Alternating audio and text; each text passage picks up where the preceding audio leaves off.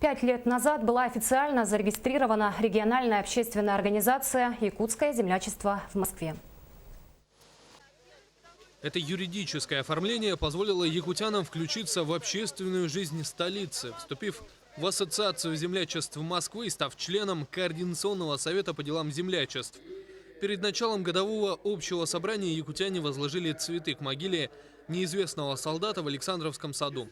А затем в здании Торгово-промышленной палаты России открылось торжественное собрание, посвященное 5-летнему юбилею.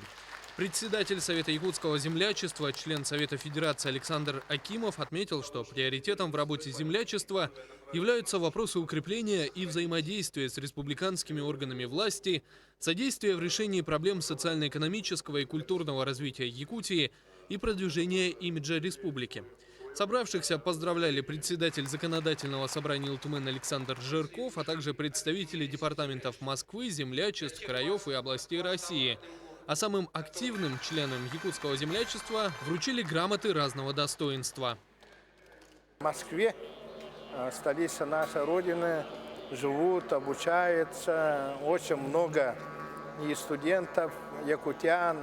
По нашим подсчетам более 10 тысяч человек. Совместно с Поспредством и руководством республики делаем, чтобы объединить якутян, много ветеранов, оказания помощи, поддержки социальной и так далее.